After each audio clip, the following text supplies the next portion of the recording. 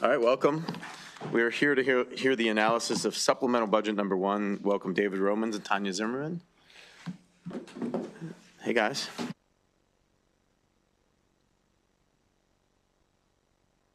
Thank you, Mr.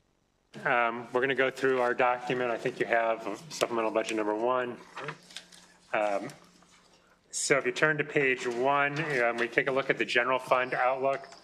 Before the supplemental, the general fund balance under the governor's proposal was about 106 million cash balance. You look at the bottom, after the supplemental, it's 100 million, a little over $100 million. That is before the Board of Revenue estimates write-down, which was announced at noon today.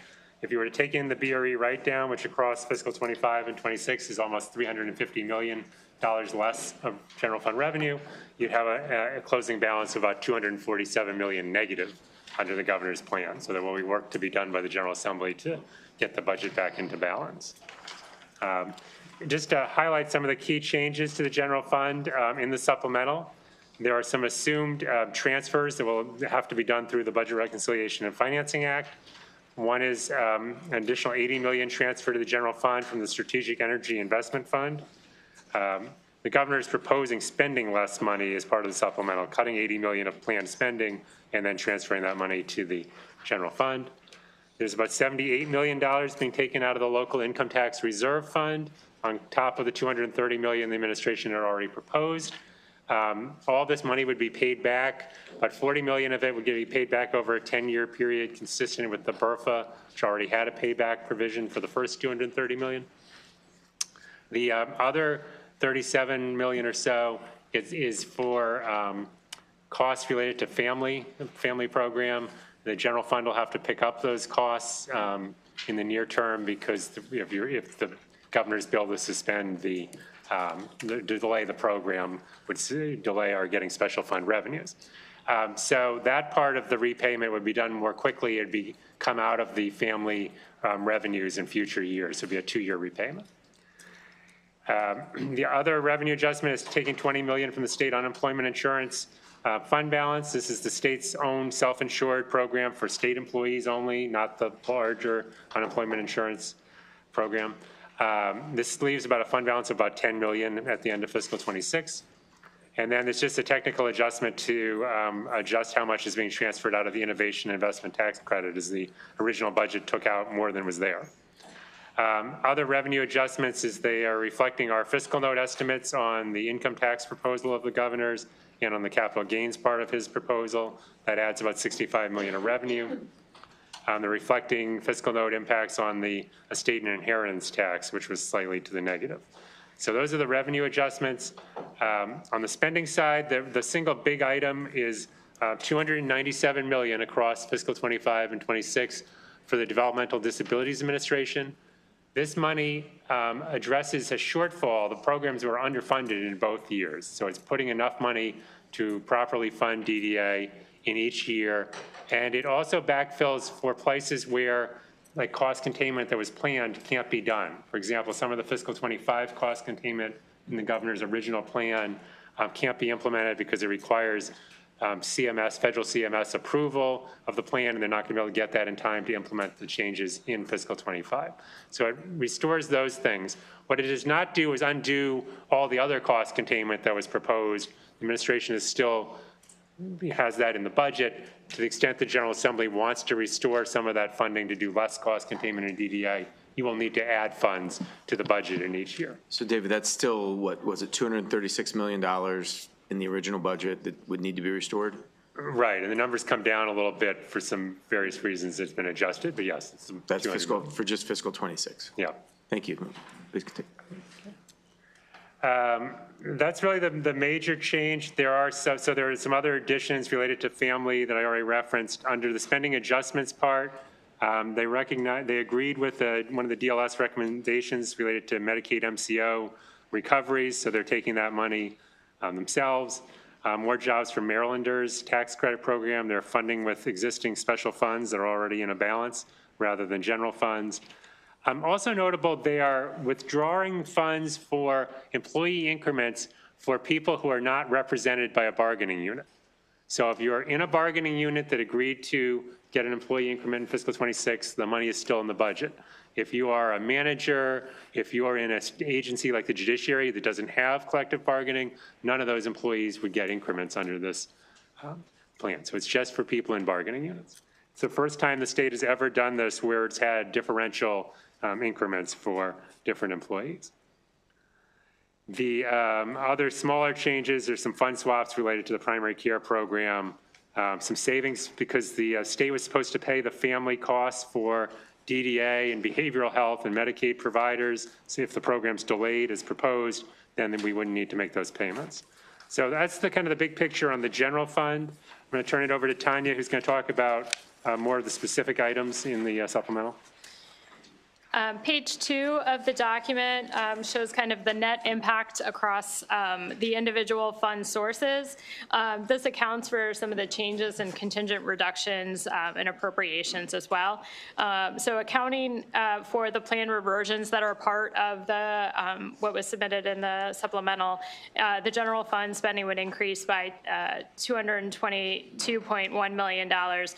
Special funds would actually decrease by 9.2, and federal funds increase by $335.1 million. Turning to page 3, this begins kind of the description of the items. I won't go through all of them. I'll just hit some of the information. Most of the items on page 3 were already discussed. I would note on the decrease in the funding for merit positions, the $20 million that was referenced earlier was just the general funds across all funds. It's $37.9 million.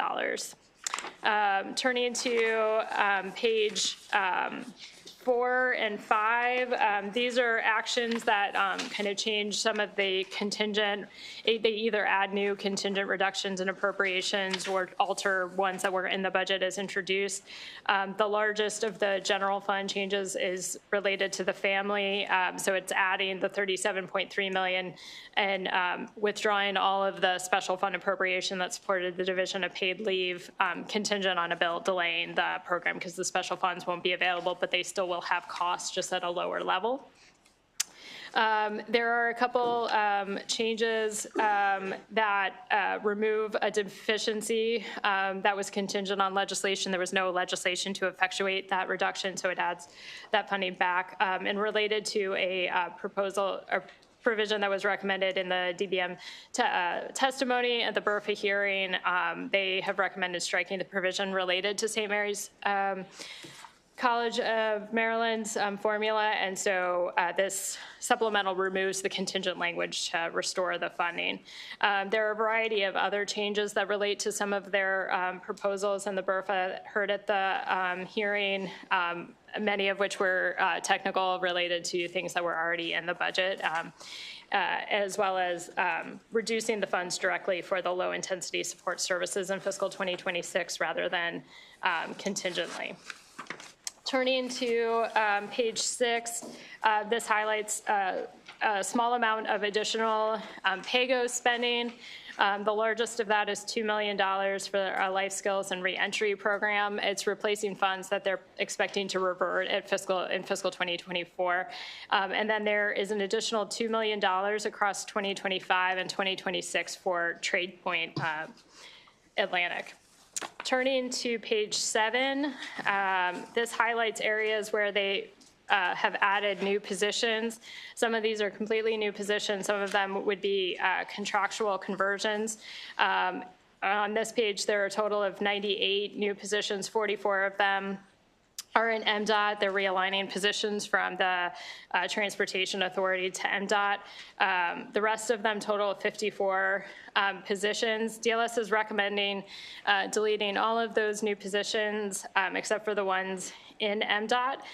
Some of them we have recommended leaving the funding or a portion of the funding in the supplemental to help pay for other costs, but have recommended deleting those, mostly because there are other existing vacant positions either within the department or the executive department overall that could be used to fill the roles rather than adding new positions. Turning to page 8, this is just kind of general operating expenses increases. The largest items were already covered related to the Developmental Disabilities Administration and shortfalls in the Maryland, the state hospitals. Some other items relate to funding for labor, $3.2 million for contractual services based on expected increases in unemployment claims due to the federal layoffs, and a technical correction for the teacher retirement amounts for the in MSDE, the state library, and in MHEC for the community colleges. There are, in addition, there is an increase for the funding for the Montgomery College as part of the AIDS Community College related to the maintenance of effort. And in the Department of Juvenile Services, it adds $2.3 million effectively by eliminating 2 deficiency appropriations that were withdrawing funds. The actions kind of continue through the next few pages, beginning on the bottom of page 9.